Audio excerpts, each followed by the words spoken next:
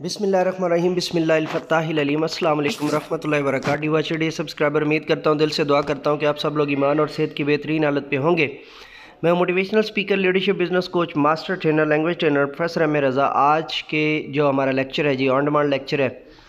तो टॉपिक है इसका जी Afaq sun series English, Afaq sun series new English class 6 और page number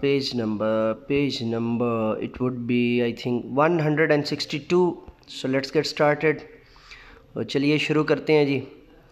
writing focus, summary, पहले रीड मी को पढ़ते हैं ताकि हमें थोड़ा सा जो आइडिया हो जाए कि what is summary. A summary is आ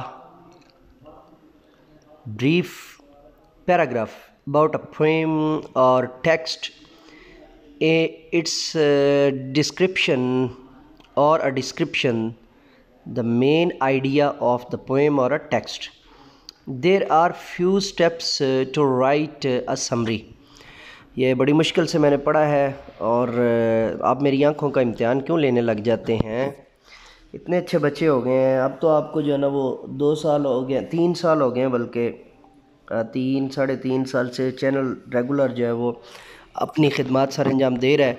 तो अब तक तो आपको जो है ना वो वीडियोस जो है वो अपलोड करना जो है ना वो आ गई होंगी और अब तो आपको जो है ना वो पिक्चर्स भेजना आ गए होंगे। सो राइटिंग फोकस जी जो है ना लिखने की महारतों में आज हम समरी को कर रहे हैं। रीड मी के अंदर मैंने आपको बताया है कि समरी क्या है, मेन आइडिया है, बेसिक आइडिया है, मेजर जो है ना इंफॉर्मेशन है, और read the following steps to write a summary. अब हम उन स्टेप्स को लेते हैं कि जिनसे आप एक समरी को जो है वो लिखते हैं।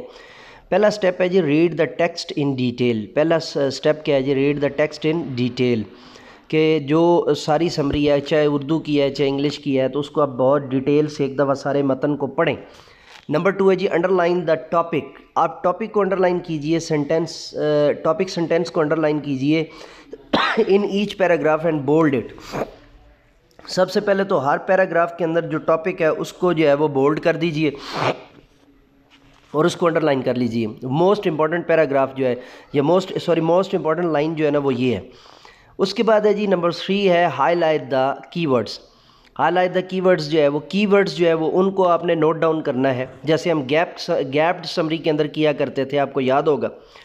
तो नंबर 4 पे think of synonyms of the highlighted keywords. For example, sunrise, lowest, to earn, etc. ये जितने भी हैं इनको जो है ना वो आप कीजिए। इनसे आपका जो है ना मतलब है वो बेसिक जो होता है, अगर इनके अंदर जो रेपिटेशन हो उसको ख़त्म करने से भी आपका मेन आइडिया बरकरार रहता है। उसके बाद जो है वो हाईलाइट द कीवर्ड्स, सॉरी ये पहले हो चुका है। पर नंबर 5 पे है जी write the theme of the text. आपने फिर टेक्स्ट का जो है वो थीम लिखना है। और नंबर 6 पे है जी write a paragraph by writing the theme with synonyms of highlighted keywords and adding new words related to its theme. ठीक है जी। हमारे यहाँ एक बहुत बड़ा कॉन्सेप्ट है और वो कॉन्सेप्ट ये है कि शायद समरी जो होती है उसके अंदर हम पल्ले से कुछ नहीं लिख सकते, जबकि ये जो सेटअप है, ये जो बात है, ये जो सिलसिला है बिल्कुल गलत है। हम उसके अंदर लिख सकते हैं बशर्ते कि वो इंफॉर्मेटिव हो और उसके रिलेटेड हो। ठीक है जी। तो the fisherman goes out at dawn when everyone's bed and from the bottom of the sea draws up his daily bread. ठीक है जी। अब इसकी जो समरी बनेगी, इससे हम जो है वो चीज़ें निकाल के तो हम उसको जो है ना वो हाईलाइट भी करेंगे और उसको फिर लिखेंगे। तो वो हमारी बनती हैं जी। सबसे पहले तो आप ये ज़हन में रखिए कि अब इससे आप जब आप डिज़ाइन करेंगे समरी, तो एक तो सीधा सा तरीका ये है कि आप सबसे पहले इसकी जो पोएम है, पोएटिक सेंस है, उसको आउट करके इसको लेकर आएंगे प्रोज़ के अंदर। फिर इसके अंदर 2 से 3 लाइनों की फिलिंग करेंगे तो अल्टीमेटली आपकी समरी और मेन आइडिया जो है वो परफेक्टली बन जाएगा। Right summary of the poem the fisherman. अच्छा, फिशरमैन की समरी जो है ना वो यहाँ पर डिटेल से आपने लिखनी है। इसके 2 तरीके हैं। एक तो जो ऊपर तरीका दिया गया है वो है, दूसरा ये है कि समरी के अंदर आप हर लाइन को, जो हर राइमिक लाइन है, रिदमिक लाइन है पोएम की, यानी लाइन नहीं कहेंगे आप, उसको कहेंगे कि स्टेंजा है, मिसरा है, आप उसको जब प्रोज जो है ना वो प्रोजेटिक लाइंस के अंदर जो है वो या प्रोज की लाइंस के अंदर जब उसको लेकर आएंगे तो अल्टीमेटली आप क्या करेंगे कि वो अगर 5 की है तो उसकी जो है ना वो 10 लाइनें बन जाएंगी, तो अल्टीमेटली वो आपकी समरी डिक्लेयर हो जाएगी। 6 क्लास है, इसके अंदर इतना ज़्यादा जो है ना वो एम्फेसाइज नहीं किया जाता। यहाँ पर जो है ना अगर बच्चे को प्रॉपर तरीके से पोइम को वो जो है ना डिस्टोर्टेड फॉर्म में लिख दे, यानी प्रोज फॉर्म में लिख दे, तो आपका जो है समरी का सेक्शन जो है वो ऑलरेडी पूरा हो जाता है। उसके बाद जी जो है वो अब फिशरमैन की समरी जो है ना वो अलग से भी जो है ना वो आपको ग्रुप में शेयर करवा दी जाएगी। और क्या ये अच्छा होगा कि जिन लोगों ने यहाँ तक लेक्चर सुन लिया है, अगर वो समरी की 10 लाइनें या 15 लाइनें जो बनती हैं, अगर वो नीचे कमेंट में जो है ना वो पोस्ट करें, तो जो सबसे पहले पोस्ट करेगा उसके लिए हमको अच्छा सा गिफ्ट जो है ना वो डिक्लेयर कर देंगे, और वो उससे फिर जो है वो सबकी मदद हो जाएगी। उसके अंदर अगर कोई जो है ना वो कोई वर्ड या कोई लफ्ज़ जो है वो अगर उसमें कोई प्रूफ रीडिंग का या कोई उसके अंदर जो है ना वो मिस्टेक या कोई एरर हुआ, तो वो फिर मैं नीचे कमेंट में बता दूंगा। ठीक है जी। अब इसके बाद है जी प्रूफ रीडिंग। ये एक प्रॉपर जो है वो स्टेप है, और ये प्रॉपर एक जॉब भी है, ये प्रॉपर एक डेजिग्नेशन भी है, ये प्रॉपर एक ओहदा भी है। डेजिग्नेशन इंग्लिश में कहेंगे, उर्दू में ओहदा कहेंगे। और डिज़ाइंड एक जॉब है जो कि की जाती है, और अगर ये बच्चे को 10th क्लास तक आ जाए तो वो इस काबिल होता है कि डिफरेंट किस्म के व्लॉग्स के ऊपर, डिफरेंट किस्म के ब्लॉग्स के ऊपर, डिफरेंट किस्म की वेबसाइट्स के ऊपर उसको प्रूफ रीडिंग की जॉब जो है ना बड़ी आसानी से मिल जाती होती है, और इसके ढेर सारे फ़वाइद और डिफरेंट किस्म के गैजेट्स होते हैं। ठीक है जी। अब इसका तरीक़ाकार क्या होता है कि इसमें जो नीचे ये सारे के सारे पॉइंट्स बयान किए जा रहे हैं, ये सारे के सारे पॉइंट्स अगर आपको आते हैं, इन पॉइंट्स को मद्देनज़र रखना होता है आपने, उर्दू के अंदर भी, इंग्लिश के अंदर भी, अरबिक के अंदर भी, और अगर किसी और लैंग्वेज के अंदर आप कुछ लिख रहे हैं या कुछ कर रहे हैं तो उसके अंदर भी। सबसे अहम चीज़ और सबसे मुश्किल तरीन जो चीज़ होती है वो ये होती है कि अगर आपका वोकेबलरी और स्पेलिंग्स के ऊपर जो है ना वो अबूर नहीं है, तो ये नॉर्मल मिस्टेक है जो होनी ही होनी है। इन डिफरेंट किस्म की जो है वो टेक्सचुअल, कॉन्टेक्सचुअल, टेक्स्ट की, मतन की जो गलतियाँ होती हैं, इनको साफ़ करने को, इनको दुरुस्त करने को, या इनकी निशानदही करने को, नॉर्मली इनकी निशानदही करने को जो है वो प्रूफ रीडिंग का काम कहते होते हैं, और इनकी जो दुरुस्ती होती है, तसहीह होती है, वो अगले स्टेप पे होती है। कुछ लोग दोनों काम करते हैं, कुछ कहते हैं जी सिर्फ हम प्रूफ रीडिंग कर सकते हैं, गलतियां निकाल सकते हैं। दुरुस्ती का जो काम है, दुरुस्ती का जो सेटअप है, वो आपको ख़ुद करना होगा। ठीक है जी। तो ये लेक्चर आप जो है ना प्रोफेसर एम ए रज़ा के चैनल पे जो है वो इस वक्त ज्वाइन है आप, और प्रोफेसर एम ए रज़ा के चैनल की वसातत से प्रोफेसर एम ए रज़ा से आप ये लेक्चर सुन रहे हैं और देख रहे हैं। वेलकम बैक जी। हम बात कर रहे थे प्रूफ रीडिंग के ऊपर। प्रूफ रीडिंग जो है उसके अंदर ये चीज़ें जो नीचे मैं बयान करने जा रहा हूँ, ये सारी की सारी अगर चेक हुई हैं तो आपका जो टेक्स्ट है वो अप टू मार्क है, अप टू डेट है, अप टू क्रेडेंशियल है, अप टू जो है वो कैपेबिलिटी है या कैपेबल है। और अगर ये चीज़ें उसके अंदर जो है वो प्रॉपर नहीं हैं तो अल्टीमेटली आपको ये ज़हन में रखना चाहिए कि आप मिस्टेक कर रहे हैं। अच्छा जी, प्रूफ रीडिंग के अंदर जो है ना, now proofread your summary using the given checklist. ये जो नीचे चेक लिस्ट मैं देने जा रहा हूँ आपको ना, आपको अगर ये चेक लिस्ट आती है और आपके पास जो है वो बेसिक नॉलेज है, भले इंग्लिश का है भले उर्दू का है, तो आप किसी भी अखबार के अंदर, किसी भी वेबसाइट के ऊपर एज अ फ्रीलांसर भी जो है ना वो आप काम कर सकते हैं, और डिफरेंट किस्म के और गैजेट्स भी आपके जो है वो हो सकते हैं। ठीक है। तो इसमें पहली चीज़ क्या है, वो है कि all sentences begin with a capital letter. जो प्रूफ रीडिंग के अंदर जो पहली बुनियादी गलती आपने तलाश करनी होती है वो ये करनी होती है कि अगर पंक्चुएशन प्रॉपर लगी हुई है तो उसके अंदर जो है ना वो हर फुल स्टॉप के बाद जो है कैपिटल लेटर स्टार्ट हुआ है या नहीं, हर लाइन के अंदर, हर सेंटेंस के अंदर जो है वो कैपिटल लेटर स्टार्ट हुआ है या नहीं। ठीक है, ये बड़ा एक इंपॉर्टेंट जो है ना वो फैक्टर है। दूसरी चीज़ है इसके अंदर, all sentences are complete. Complete का मतलब ये है कि कहीं पे फुल स्टॉप नहीं है तो आपने निशानदेही करनी है कि ये जुमला जो है, ये सेंटेंस जो है वो इतना लंबा जा रहा है लेकिन इसके अंदर जो है वो फुल स्टॉप कहीं पे भी नहीं लगा हुआ या कहीं पे कॉमा नहीं लगा हुआ। उसके बाद ये punctuation is used correctly. Punctuation जो है ना, कहाँ पे कॉमा लगना है वहाँ पे कॉमा लगना चाहिए, कहाँ पे जो है ना वो फुल स्टॉप लगना है वहाँ पे फुल स्टॉप लगना चाहिए, कहाँ पे कैपिटल जो है ना वो वर्ड आना है वहाँ पे कैपिटल आना चाहिए, कहाँ पे जो है ना वो इन्वर्टेड कामाज आने हैं वहाँ पे इन्वर्टेड कामाज आने चाहिए।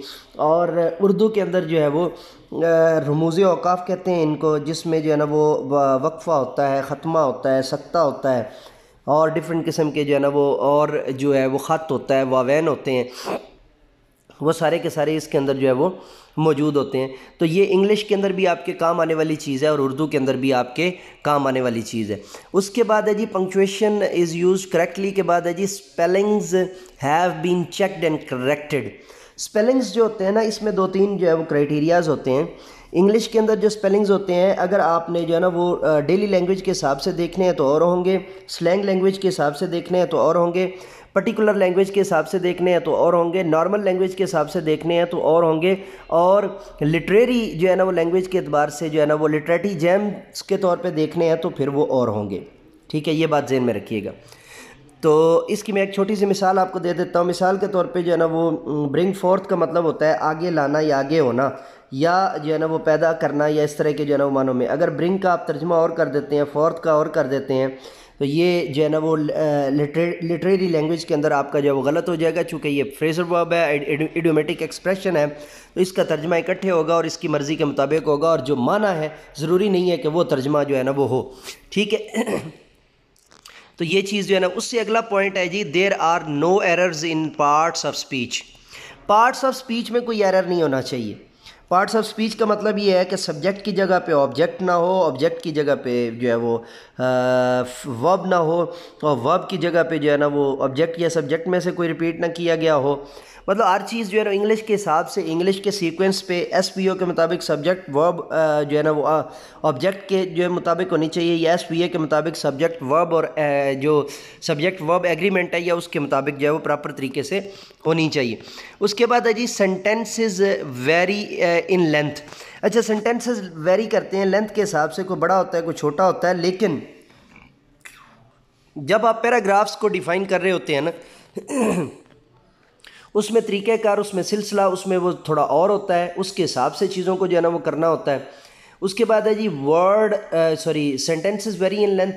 ये चीज़ जो है ना वो जब हो जाएगी तो उसके बाद जो है ना वर्ड्स ऑर्डर इज़ करेक्ट, कि वर्डिंग ऑर्डर जो है अगर वहाँ पर जो है वो सीक्वेंटल जो है ना वो ट्रांजिशन यूज़ हुई है, for example firstly, secondly, thirdly, fourthly, fifthly, और या फिफ्थ, उसके बाद जो है ना वो सिक्स्थ, सेवन्थ, एट्थ, अगर ये चीज़ें यूज़ हुई हैं तो फर्स्ट ली के बाद जो है वो थर्डली जो है ना वो स्टार्ट हो रहा है, तो अल्टीमेटली जो है ना वो आपका सीक्वेंस जो है वो डिसऑर्डर है, उसको जो है ना आपने रीऑर्डर करना है। तो ये प्रूफ रीडिंग का काम हो गया।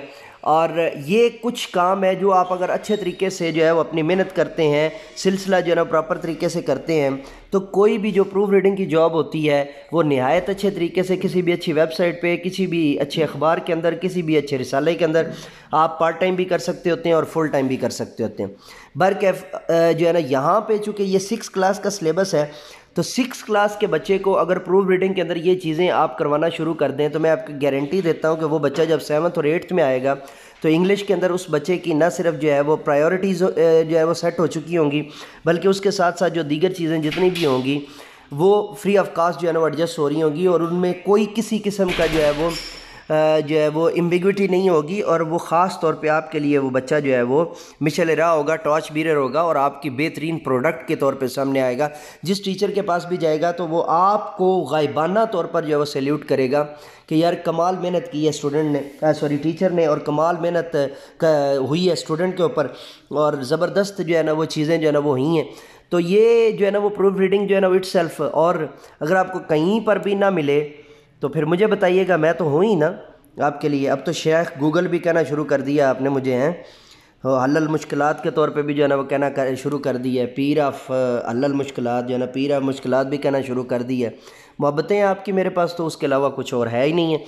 तो जो है ना फिर मुझे बता दीजिएगा, मैं कुछ अरेंज कर दूँगा आपको। डिफरेंट किस्म के मेरे पास जो है ना वो आती रहती हैं प्रूफ रीडिंग जो है ना वो टेक्निक्स के लिए, तो उसमें पर आर भी जो है ना वो आपके लिए जो है वो जॉब्स की अपॉर्चुनिटी जो है ना वो होगी। तो अब कहाँ से आप मुझे ढूंढेंगे? हर वीडियो के डिस्क्रिप्शन में जो है ना तालीमी और तरबियत व्हाट्सएप ग्रुप का लिंक मौजूद है, और प्राइवेट चैट के लिए जो है वो हर जो अबाउट के अंदर जो है ना वो likey.com के बाद जो है ना वो मेरा नंबर दिया हुआ है, तो आप उससे इस्तेफ़ादा कर सकते हैं। और जी, अब हम टीचिंग पॉइंट जल्दी से पढ़ के, तो फिर जो है ना वो वीडियो की लेंथ भी ज़्यादा हो रही है, लेक्चर काफ़ी बड़ा हो रहा है। आप तो पहले ही जो है ना वो कहते होते हैं कि जी लेक्चर का एक ही हल है, एक कान से सुनो दूसरे से उड़ा दो। तो टीचिंग पॉइंट जी मौलमाना नुक्ता जो है, लेकिन मैं कहता होता हूँ कि जी एक कान से सुनो दूसरे को बंद रखो, ताकि वो दिमाग से होता हुआ दिल में उतर जाए। टीचिंग पॉइंट जी मौलमाना नुक्ता, आस्क स्टूडेंट्स, बच्चों से कहिए to read the given step, कि गिवन स्टेप्स को जो है वो किया जाए, of writing a summary, summary को जो है वो लिखते हुए इनकरेज, हौसला अफजाई कीजिए दैम उनकी, टू राइट समरी, समरी को लिखते हुए, ऑफ द पोएम, पोएम की, द फिशरमैन, फिशरमैन की, एक्सप्लेन टू देम, उनको जो है ना वो वाजे कीजिए, द गिवन चेक लिस्ट, के चेक लिस्ट को देखें, to proofread any text, किसी भी टेक्स्ट को प्रूफ रीड करने के लिए। ठीक है जी। और डी सब्सक्राइबर, ये था हमारा आज का लेक्चर। नए लेक्चर के साथ दोबारा आपकी खिदमत में हाज़िर होंगे, तब तक के लिए इजाज़त दीजिए। मेरे साथ मिल करके ये इंसानियत की बेहतरी के लिए एक कदम और। So let me go now, say with me, do something more for humanity. Bye bye.